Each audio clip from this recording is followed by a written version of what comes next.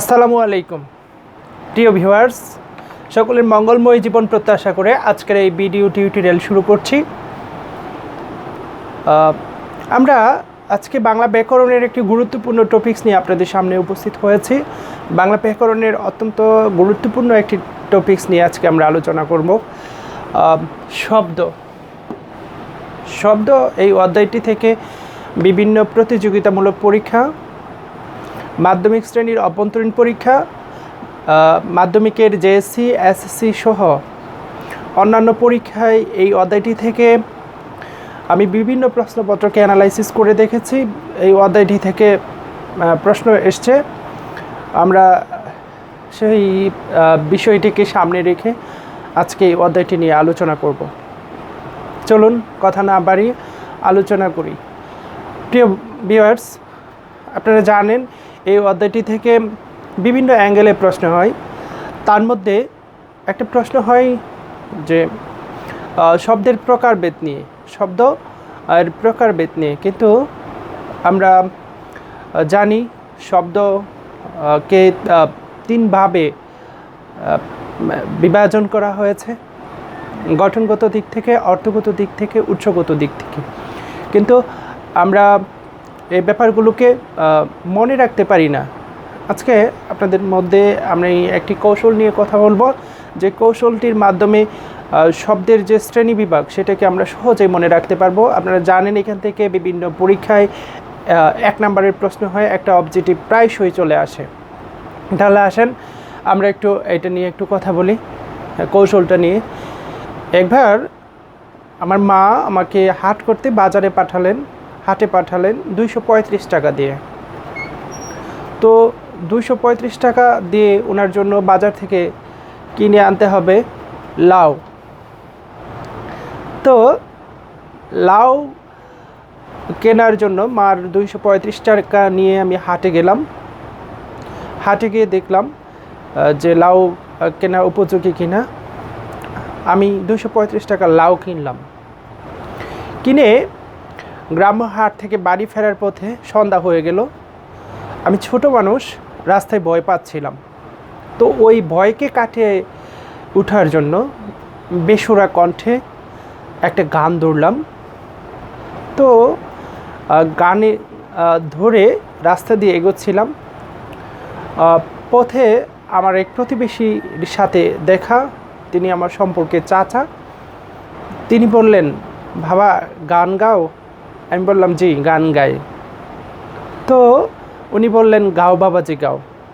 তো বন্ধুরা, এখান থেকে গাও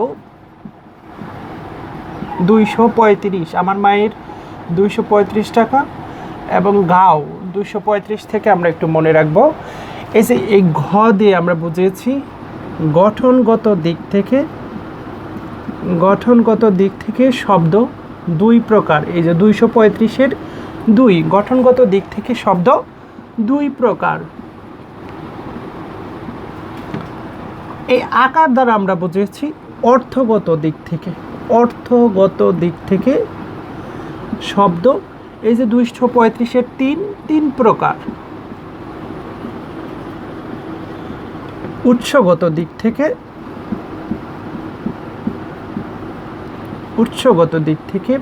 এই যে 235-এর 5 না, 235-এর 5 থেকে 5 প্রকার, অর্থাৎ উৎসগত দিক থেকে শব্দ 5 প্রকার। তাহলে আমরা শিখলাম শব্দের শ্রেণীবিভাগ: গঠনগত দিক থেকে 2 প্রকার, অর্থগত দিক থেকে 3 প্রকার, উৎসগত দিক থেকে 5 প্রকার। আজকে আমরা আলোচনা করব। আপনারা জানেন এই অধ্যায়টি অত্যন্ত দীর্ঘ। এই দীর্ঘ অধ্যায়টিকে আমরা ছোট করে আপনাদের সামনে নিয়ে আসব, যাতে একটা ভিডিও টিউটোরিয়ালের মাধ্যমে আপনাদের এই অধ্যায়টি ক্লিয়ার হয়। যেটুকু আমরা আলোচনা করব এটুকু ক্লিয়ার করার চেষ্টা করব। তাহলে আসেন আমরা আজকে শব্দের উৎসগত যে 5 প্রকার রয়েছে, 5 প্রকার নিয়ে আলোচনা না করতে পারলেও, কারণ আপনারা জানেন এই উৎসগত যে 5 প্রকার রয়েছে, এই অধ্যায়টি অত্যন্ত দীর্ঘ, যার কারণে আমরা ছোট করে আলোচনা করব। আপনারা জানেন ছোট ছোট টপিক্সে আলোচনা করার চেষ্টা করব। আপনাদেরকে ইতিপূর্বেই বলেছি উৎসগত দিক থেকে শব্দ 5 প্রকার। আপনারা অনেকেই জানবেন, আপনাদের মধ্যে অনেকেই জেনে থাকবেন। উৎসগত দিক থেকে শব্দ 5 প্রকার। 1 তৎসম, অর্ধ তৎসম, অর্ধ তৎসম, তদ্ভব,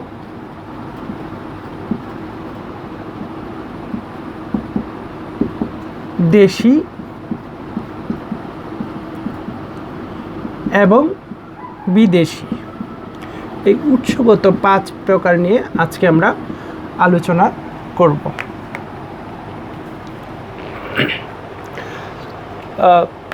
উৎসগত 5 প্রকারের প্রথম শেষাক্ত 2টাকে পরবর্তী একটা ভিডিও টিউটোরিয়ালের মাধ্যমে আপনাদের সামনে উপস্থাপন করার চেষ্টা করব। আজকে আমরা আলোচনা করব তৎসম, অর্ধ তৎসম, তদ্ভব নিয়ে। তৎসম, প্রথমে আসি তৎসম শব্দ নিয়ে। আপনারা জানেন তৎসম একটি পারিভাষিক শব্দ, আপনাদের মধ্যে অনেকে জেনে থাকবেন। তৎসম একটি পারিভাষিক শব্দ। বন্ধুগণ, আমি বলে রাখি যে এই অধ্যায়গুলোর যে নির্যাস অংশগুলো, অর্থাৎ বিভিন্ন পরীক্ষায় যে তথ্যগুলো আসে, এই তথ্যগুলো নিয়ে আমি হাইলাইটস করার চেষ্টা করব। কারণ অল্প সময়ে কীভাবে প্রস্তুতি নেওয়া যায় সেই ব্যাপারটিকে মাথায় রেখে আপনাদের জন্য বাংলা ব্যাকরণটিকে উপস্থাপন করার চেষ্টা চালাবো। সেহেতু আপনারা জানেন এই তৎসম, সেহেতু আপনাদের জন্য যে ব্যাকরণের যে নির্যাস অংশগুলো সেগুলো নিয়ে আজ আমরা আলোচনা করার চেষ্টা চালাবো। এই তৎসম নিয়ে যদি একটু কথা বলি, আপনারা জানেন এই তৎসম হচ্ছে একটি পারিভাষিক শব্দ। এটাকে ভেঙে ফেলেন। তৎ যোগ সম, অর্থাৎ তৎ মানে তার, সম মানে সমান। অর্থাৎ আপনারা জানেন এই তৎসম শব্দটি কার সমান? তার সমান। কার সমান? সংস্কৃতের সমান। অর্থাৎ আপনারা আপনাদের মধ্যে অনেকেই জেনে থাকবেন তৎসম শব্দটি সংস্কৃত শব্দ থেকে, সংস্কৃত শব্দেরই সমার্থক। আপনাদের মধ্যে অনেকেই জানবেন। তৎসম শব্দগুলোর চেনার উপায় নিয়ে আমরা একটু কথা বলবো। চেনার উপায় নিয়ে কথা বলার পূর্বে আমরা তৎসম কি এটা একটু জেনে নেওয়া দরকার। তৎসম শব্দগুলো বাংলায় সংস্কৃত শব্দ থেকে সরাসরি প্রবেশ করেছে। তৎসম শব্দগুলো, আমি আবার বলছি, সংস্কৃত ভাষা থেকে যে শব্দগুলো সরাসরি বাংলায় প্রবেশ করেছে সেগুলোকে বলা হয় তৎসম শব্দ। অর্থাৎ সংস্কৃত শব্দের রূপান্তর হচ্ছে এই তৎসম শব্দগুলো। তাহলে আসেন আমরা সংস্কৃত বা তৎসম শব্দগুলো কিভাবে চিনব এটা নিয়ে একটু আলোচনা করি। যেই শব্দগুলোর মধ্যে আপনারা লক্ষ্য করে দেখবেন রেফ, রিকার, দ্রফালা, রোফালা সহ ইত্যাদি থাকবে, সেগুলো হচ্ছে সাধারণত সংস্কৃত বা তৎসম শব্দ। একটু লক্ষ্য করে দেখবেন রিকার, রফালা, জফালা এগুলো যে বানানগুলোর মধ্যে থাকবে সাধারণত এগুলো হচ্ছে তৎসম বা সংস্কৃত শব্দ। আর এই তৎসম, এখন আসেন আমরা আমাদের প্রশ্নপত্রে বলে যে নিচের কোনটি তৎসম শব্দ। তাহলে একটা কৌশল পেলাম আমরা কি, যে শব্দগুলোর মধ্যে রিকার, রফালা, জফালা এগুলো থাকবে সেগুলো সাধারণত ধরে নিব যে এগুলো কি তৎসম বা সংস্কৃত শব্দ। তাহলে আমরা এখন আলোচনা করব তৎসম শব্দের যেগুলো বহুল পরিচিত তৎসম শব্দ বিভিন্ন পরীক্ষায় আসে, এগুলো একটা টেকনিকের মাধ্যমে আমরা মনে রাখার চেষ্টা করব। যেমন চন্দ্র, সূর্য, নক্ষত্র, 3 বাই। একটু কৌশলী হব আমরা শেখার ক্ষেত্রে। ভবন, ধর্ম, পাত্রের মনুষ্য নাই। ভবন, ধর্ম, পাত্রের মনুষ্য নাই। দেখুন এই শব্দগুলো বহুল পরিচিত বিভিন্ন প্রতিযোগিতামূলক পরীক্ষা এবং মাধ্যমিক শ্রেণীর বিভিন্ন পরীক্ষায় আসে এই শব্দগুলো থেকে। এই জন্য আমি বললাম যে এখান থেকে আপনারা যদি টেকনিক্যালি মনে রাখেন, যেমন এই যে চন্দ্র, সূর্য, নক্ষত্র, ভবন, ধর্ম, পাত্র, মনুষ্য, এগুলো হচ্ছে সবগুলোই তৎসম শব্দ। এই তৎসম শব্দগুলোকে আমরা এই ছন্দটির মাধ্যমে মনে রাখবো। চন্দ্র, সূর্য, নক্ষত্র 3 ভাই, ভবন, ধর্ম, পাত্রের মনুষ্য নাই। তাহলে এই ছন্দটির মাধ্যমে নিশ্চয়ই আমরা মনে রাখতে পারবো। এখন আসেন আমরা তদ্ভব শব্দ নিয়ে আলোচনা করব। তৎসম শব্দ থেকে আমি বিভিন্ন প্রশ্নপত্রকে অ্যানালাইসিস করে দেখেছি যে তৎসম শব্দ থেকে যদি প্রশ্ন হয় তাহলে এর আলোকেই প্রশ্ন হওয়ার সাধারণত কথা, এর বাহিরে প্রশ্ন হওয়ার কিছু নেই। এর বাহির থেকে প্রশ্নকর্তা কিছু প্রশ্ন করেন না সাধারণত, আমি দেখেছি বিভিন্ন প্রশ্নপত্রকে অ্যানালাইসিস করে। এখন আসেন আমরা তদ্ভব শব্দ নিয়ে আলোচনা করব। তদ্ভব, আপনারা জানেন তদ্ভব একটি পারিভাষিক শব্দ। এটাকে যদি ভাঙি তাহলে তৎ যোগ ভব, অর্থাৎ তৎ মানে তার, ভব মানে উৎপন্ন।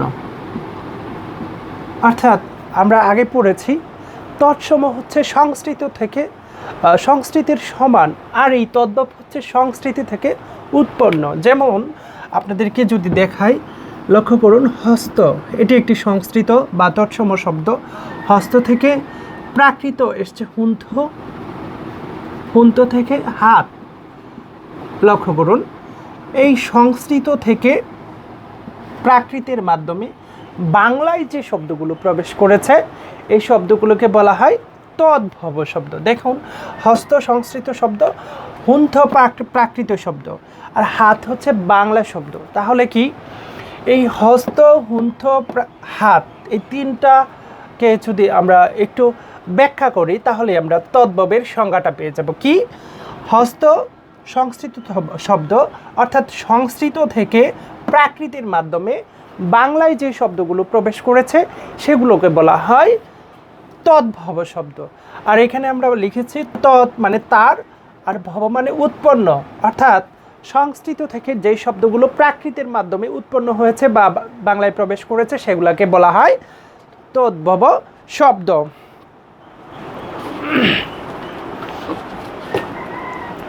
আর একে বলা হয় খাঁটি বাংলা, এই তদ্ভব শব্দটাকে বলা হয় খাঁটি বাংলা শব্দ। এটা বিভিন্ন পরীক্ষা আসে, এই জন্য বলে নিলাম তথ্যটা। তারপরে আরও লক্ষ্য করুন, সংস্কৃত চর্মকার, চর্মকার প্রাকৃত চম্মোয়ার, চম্মোয়ার বাংলা খাঁটি বাংলা চামার।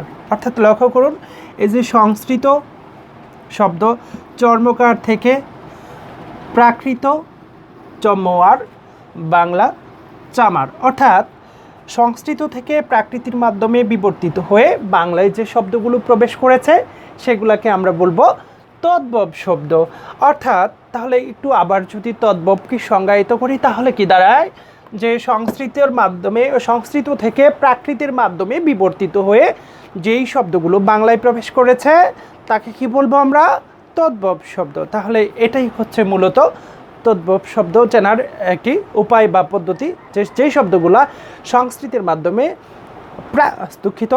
সংস্কৃত থেকে প্রাকৃতের মাধ্যমে বাংলায় প্রবেশ করেছে সেগুলোকে আমরা বলবো তদ্ভব শব্দ। তাহলে তদ্ভব শব্দ নিয়ে এখান থেকে যদি আমরা একটু মনে রাখি তাহলেই আমার মনে হয় আমরা পরীক্ষাকে ওভারকাম সহ এই তদ্ভব সম্পর্কে যতটুকু জ্ঞান লাভ করা প্রয়োজন ততটুকু জ্ঞান লাভ করতে পারবো। এখন আসেন আমরা অর্ধ তৎসম শব্দ নিয়ে আলোচনা করব।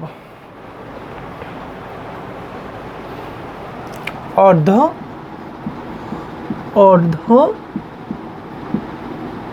তৎসম, আপনারা আগেই জেনেছেন তৎসম মানে কি? সংস্কৃতের সমান, সংস্কৃতের সমান, অর্থাৎ তৎসম সংস্কৃত থেকে বাংলায় প্রবেশ করেছে। আর অর্ধ তৎসম মানে আধা সংস্কৃত, অর্থাৎ যে শব্দগুলো সংস্কৃত থেকে সামান্য পরিবর্তিত হয়ে, সংস্কৃত থেকে সামান্য পরিবর্তিত হয়ে বাংলায় প্রবেশ করেছে সেগুলাকে বলা হয় অর্ধ তৎসম। সামান্য পরিবর্তিত হয়ে, পরিবর্তিত হয়ে পরিবর্তিত হয়ে বাংলায় প্রবেশ, অর্থাৎ যেই শব্দগুলো সামান্য পরিবর্তিত হয়ে বাংলায় প্রবেশ করেছে সেগুলোকে বলা হয় অর্ধ তৎসম শব্দ। আর এখান থেকে আমরা আরও একটি তথ্য মনে রাখবো যে কি অপ্রচলিত বানানের দিক থেকে বাংলায় যে শব্দগুলো অপ্রচলিত বর্তমান সময়ে সেগুলোকে বলবো আমরা অর্ধ তৎসম। অপ্রচলিত একটু লক্ষ্য করে দেখবেন বানানের দিক থেকে অপ্রচলিত। যেমন আমি একটা উদাহরণ যদি দেই, জ্যোৎস্না, দেখুন এই বানানটা কিন্তু বর্তমানে অপ্রচলিত, বাংলায় অপ্রচলিত। এটা একটা সংস্কৃত শব্দ, বানানের দিক থেকে বাংলায় এখন অপ্রচলিত। এই অপ্রচলিত যে শব্দগুলো বানানের দিক থেকে আপনারা পাবেন সেগুলো হচ্ছে অর্ধ তৎসম। আর এটার সঠিক বানান হচ্ছে জ্যোৎস্না, অর্থাৎ এই জ্যোৎস্না আর এখন কিন্তু হয়ে গেছে জ্যোৎস্না, অর্থাৎ জ্যোৎস্না। বানানের দিক থেকে যে শব্দগুলো অপ্রচলিত সেগুলোকে বলবো আমরা অর্ধ তৎসম শব্দ। তাহলে আসেন আমরা অর্ধ তৎসম শব্দগুলোকে মনে রাখার একটা ছন্দ শিখি বা কৌশল শিখি। ছন্দটা হচ্ছে জ্যোৎস্নার